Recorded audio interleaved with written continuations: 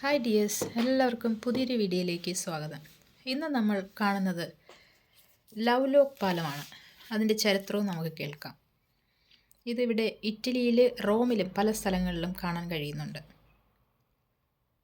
സാധാരണയായി പ്രണയിനികളുടെ പേരുകളോ ഇനിഷ്യലുകളോ തീയതികളോ ആയിരിക്കും ഈ പാഡ്ലോക്കിൽ ആലേഖനം ചെയ്തിരിക്കുന്നത്. കൂടാതെ അതിൻ്റെ താക്കോൽ അത് പൂട്ടിയതിനു ശേഷം അടുത്തുള്ള നദിയിലേക്ക് എറിയുകയും ചെയ്യുന്നു.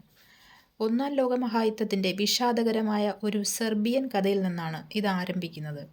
നാഡ എന്ന പ്രാദേശിക സ്കൂൾ അധ്യാപകയും റെൽജ എന്ന സെർബിയൻ പട്ടാളക്കാരനുമായി പ്രണയത്തിലാവുകയും അവർ ഒരു ഉടമ്പടിയിലെത്തുകയും ചെയ്തു.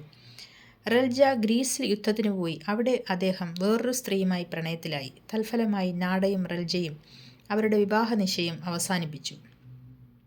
ആ വിനാശകരമായ പ്രഹരത്തിൽ നിന്ന് നാഡ ഒരിക്കലും കരകയറിയില്ല. കുറച്ചുനാളിന് ശേഷം ആ വേദനയിൽ അവൾ ഹൃദയാഘാതം മൂലം മരണപ്പെട്ടു.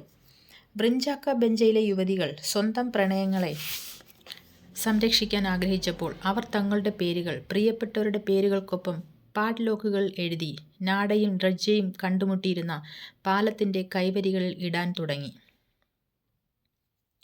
അങ്ങനെയാണ് ഇത് ലോകത്തിലെ പല രാജ്യങ്ങളിലും വ്യാപിച്ചത്. Thank you.